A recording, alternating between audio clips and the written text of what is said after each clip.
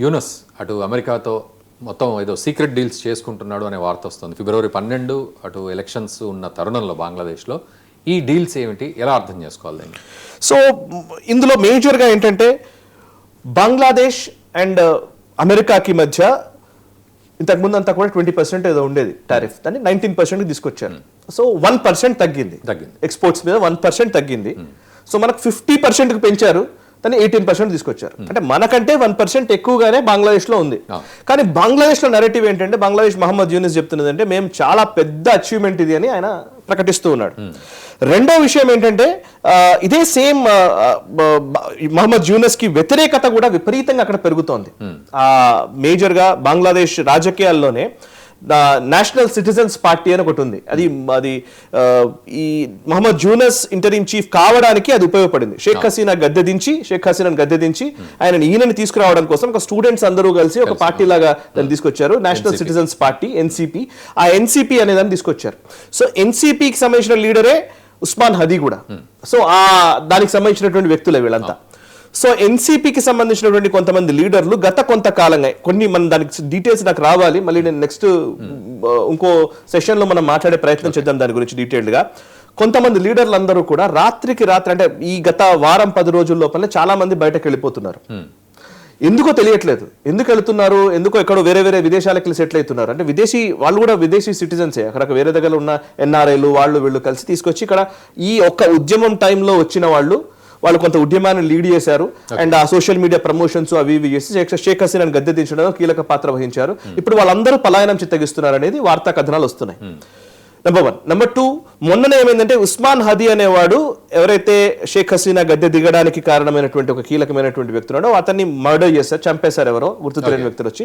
ఆ ఇన్వెస్టిగేషన్ విషయంలో మహమ్మద్ యూనస్ త్వరితగతిన ఇన్వెస్టిగేషన్ జరిగే విధంగా ఏం చర్యలు తీసుకోవట్లేదని, మహమ్మద్ యూనస్ ఇంటినే చుట్టుముట్టారనే వార్తా కథనాలు కూడా వచ్చాయి. అండ్ ఇంకోవైపు ఎలక్షన్స్ జరుగుతున్నాయి. 48 hours, ఇంకో 48 గంటలే ఉంది అంతే ఎలక్షన్స్, రైట్? సో ఈ టైంలో ఇంకోవైపు ఎలక్షన్స్ జరుగుతున్న టైంలో మహమ్మద్ యూనస్ కొన్ని రహస్యమైన ఒప్పందాలు చేసుకున్నాడు, నాన్ డిస్క్లోజరీ అగ్రిమెంట్స్ అని అంటారు, NDAలు చేసుకున్నాడని. అంటే ఎవరికి తెలియకుండా కొన్ని రహస్య ఒప్పందాలు అమెరికాతో చేసుకున్నాడు అనే చర్చ నడుస్తుంది. అందులో బోయింగ్ విమానాల్ని కొన్నిటిని కొనుగోలు చేసే విషయం కావచ్చు, అండ్ టెక్స్టైల్కి సంబంధించి కాటన్, అమెరికా నుంచి విపరీతంగా కాటన్ దిగుమతి చేసుకోవాలి బంగ్లాదేశ్ అని చెప్పేసి ఒక రూల్ పెట్టారు. మీరు ఫుల్ గా దిగుమతి చేసుకుంటే, మా దగ్గర నుంచి కాటన్ దిగుమతి చేసుకుంటే మీ టెక్స్టైల్స్ కి మేము టారిఫ్స్ అయ్యాము అని చెప్పి అమెరికా చెప్పింది అని అంటున్నారు. ఓకే, సో అమెరికా నుంచి కాటన్ దిగుమతి చేసుకోవాలి అనే విషయంలో చాలా ఖర్చుతో కూడుకున్నది. యాక్చువల్లీ భారత్ నుంచి వెళ్ళే కాటన్, లేకపోతే పాకిస్తాన్ నుంచో ఇంకో దగ్గర నుంచి వెళ్తుంది కాటన్. బట్ వాడు అమెరికా నుంచి కాటన్ దిగుమతి చేసుకోవాలంటున్నారు. ఏ కాటన్ వస్తుంది? మనం నిన్న మాట్లాడాం, జెనెటికల్లీ మాడిఫైడ్ కాటన్. సో అదే కాటన్ వస్తుంది వాళ్ళకి. ఆ కాటన్ బంగ్లాదేశ్ మీద రుద్దే ప్రయత్నం అమెరికా చేస్తోంది. ఓకే, ఇప్పుడు మనం ఎక్కడ సేఫ్ అయ్యామని చెప్తున్నాను. మన దగ్గర అగ్రో ప్రొడక్ట్స్ ఇవన్నీ మాడుతున్నాం కాబట్టి మన మీద డంప్ చేయాల్సిన అన్ని బంగ్లాదేశ్ కి డంప్ అవ్వబోతున్నాయి. దాని అన్నింటికీ కూడా మహమ్మద్ యూనస్ ఒప్పుకుంటున్నాడు, NDAల మీద సంతకాలు చేస్తున్నాడు అని కథనాలు వచ్చాయి. 2-3 కథనాల్లో కూడా ముఖ్యంగా కనపడుతున్నది ఒకటి, సెయింట్ మార్టిన్ ఐలాండ్ ఇస్తున్నాడా, సెయింట్ మార్టిన్ ఐలాండ్ కోసమే ఇదంతా జరుగుతుంది. సెయింట్ మార్టిన్ ఐలాండ్ ని దారదత్తం చేస్తున్నాడు అమెరికాకి. లేకపోతే ఇప్పుడు కాటన్ విషయంలోనే ఒకటి బయటకు వచ్చింది.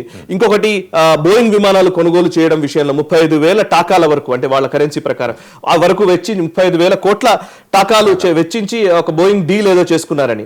అమెరికాకి ఎక్కడైతే ఈజీ ఆప్షన్స్ ఏవైతే ఉన్నాయో, మనం ఇక్కడ డంప్ చేయొచ్చు అనుకున్నదో అవన్నీ యూనిస్ ద్వారా చేయిస్తున్నారు.